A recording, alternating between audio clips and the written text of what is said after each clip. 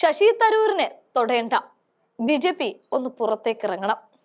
അവസാനം കോടതിയും കട്ടായം പറഞ്ഞപ്പോൾ പരാതിയും ചുരുട്ടിപ്പിടിച്ച് BJP-ക്കാരനായ അതേ പരാതിക്കാരന് പുറത്തേക്കിറങ്ങാൻ മാത്രമേ വഴിയുള്ളായിരുന്നു, അതിനു മാത്രമേ സാധിക്കുകയുള്ളായിരുന്നു.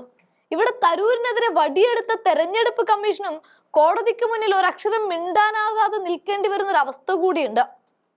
തരൂരിനെ പൂട്ടാൻ കേന്ദ്രം ഒരുക്കി വെച്ച കെണിയിൽ അതേ കേന്ദ്രത്തെ തന്നെ ഇട്ട് അടയ്ക്കുകയാണ് തൽക്കാലം കോടതി ചെയ്തത്. ലോക്സഭാ തെരഞ്ഞെടുപ്പിന് മുന്നോടിയായുള്ള ഒരു TV പരിപാടിക്കിടെ തരൂർ അപകീർത്തിപരമായ പരാമർശം നടത്തിയെന്ന് മുൻ കേന്ദ്രമന്ത്രിയും രാജീവ് ചന്ദ്രശേഖരനും ആരോപിക്കുന്നുണ്ട്. തന്റെ സത്തേറിന് കളങ്കം വരുത്തിയതിന് മാപ്പ് പറയണമെന്നും പോരാത്തതിന് 10 കോടി രൂപ നഷ്ടപരിഹാരം നൽകണമെന്നുമൊക്കെയാണ് ചന്ദ്രശേഖരൻ ആവശ്യപ്പെട്ടത്. ഇതേ തരൂരിന്റെ എതിർ സ്ഥാനാർത്ഥിയായിരുന്നു ഈ ചന്ദ്രശേഖർ.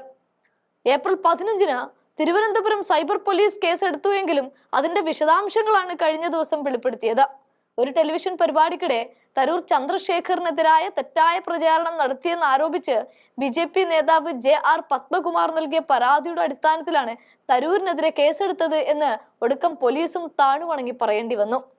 ഇവിടെ ഇനി ഇത്തരത്തിൽ മോശം പരാമർശം നടത്തരുത് എന്ന് കേട്ട പാതി കേൾക്കാതെ പാതി തരൂരിനെതിരെ തെരഞ്ഞെടുപ്പ് കമ്മീഷനും BJP സപ്പോർട്ട് ചെയ്ത് വടിയെടുത്തിരുന്നു. എന്നാൽ ഇവിടേക്കാണിപ്പോൾ കോടതി ഇലക്ഷൻ കമ്മീഷനെ പോലും ആട്ടിയോടിക്കുന്ന തരത്തിൽ പരാമർശം നടത്തിയത്. കോൺഗ്രസ് MP ശശി തരൂരിനെതിരെ മാനനഷ്ടക്കുറ്റം ചുമത്തി BJP നേതാവ് രാജീവ് ചന്ദ്രശേഖർ സമർപ്പിച്ച ക്രിമിനൽ പരാതി തള്ളുകയാണ് ഡൽഹി കോടതി. പ്രസിദ്ധീകരിച്ച 3 അഭിമുഖങ്ങളിലും വാർത്തകളിലും തരൂർ ഒരിക്കൽ പോലും BJP-യെ കുറിച്ചോ NDA-യെ കുറിച്ചോ ചന്ദ്രശേഖറിനെ കുറിച്ചോ പരാമർശിച്ചിട്ടില്ല എന്ന് പറഞ്ഞുകൊണ്ട് additional chief judicial magistrate Paras Dalal മാനനഷ്ട കേസ് തള്ളി അങ്ങ് കളഞ്ഞു. തിരുവനന്തപുരം ലോക്സഭാ മണ്ഡലത്തിലെ പ്രചാരണത്തിനിടെ കോൺഗ്രസ് സ്ഥാനാർത്ഥിയായിരുന്ന ശശി തരൂർ തനിക്കെതിരായ അപകീർത്തിപരമായ പരാമർശങ്ങൾ നടത്തിയെന്നാണ് NDA സ്ഥാനാർത്ഥിയായിരുന്ന രാജീവ് ചന്ദ്രശേഖറിന്റെ പരാതി. BJP സ്ഥാനാർത്ഥി വോട്ടിനായി പണം നൽകുന്നു എന്ന് തരൂർ പറഞ്ഞു എന്നും പരാതിയിലുണ്ട്. എന്നാൽ തരൂരിനെതിരെയുള്ള ആരോപണം പ്രഥമ ദൃഷ്ട്യാ നിലനിൽക്കില്ല എന്ന് കോടതി നിരീക്ഷിക്കുന്നുണ്ട്. 3 അഭിമുഖങ്ങളിലും കോൺഗ്രസ് നേതാവ് തനിക്കെതിരെ ഉന്നയിച്ച ഒരാരോപണവും പരാതിക്കാരന് തെളിയിക്കാൻ കഴിഞ്ഞില്ല എന്നതാണ് കോടതിയുടെ കണ്ടെത്തൽ.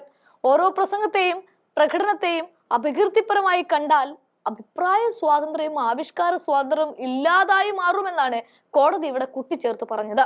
പ്രതി പരാതിക്കാരനെതിരെ അപകീർത്തിപരമായ പരാമർശം നടത്തിയതിന് പ്രഥമ ദൃഷ്ട്യാ തെളിവുകളൊന്നുമില്ല. ഹാജരാക്കിയ തെളിവുകൾ കാണിക്കുന്നത് നിർദ്ദിഷ്ട പ്രതി ഒരിക്കലും പരാതിക്കാരനെ നേരിട്ട് കുറ്റപ്പെടുത്തുകയോ കുറ്റപ്പെടുത്താൻ ഉദ്ദേശിച്ചിട്ടോ ഇല്ല എന്ന് കോടതി വാദിക്കുകയും ചെയ്യുന്നുണ്ട്. BJP തങ്ങളെക്കാൾ 2-3 ഇരട്ടി കൂടുതൽ ചെലവഴിക്കുന്നുണ്ടെന്ന് തരൂർ ആരോപിക്കുന്നത് പരാതിക്കാരനെ കുറ്റപ്പെടുത്തുന്നതോ അപകീർത്തിപ്പെടുത്തുന്നതോ അല്ല എന്നാണ് കോടതി പറയുന്നത്.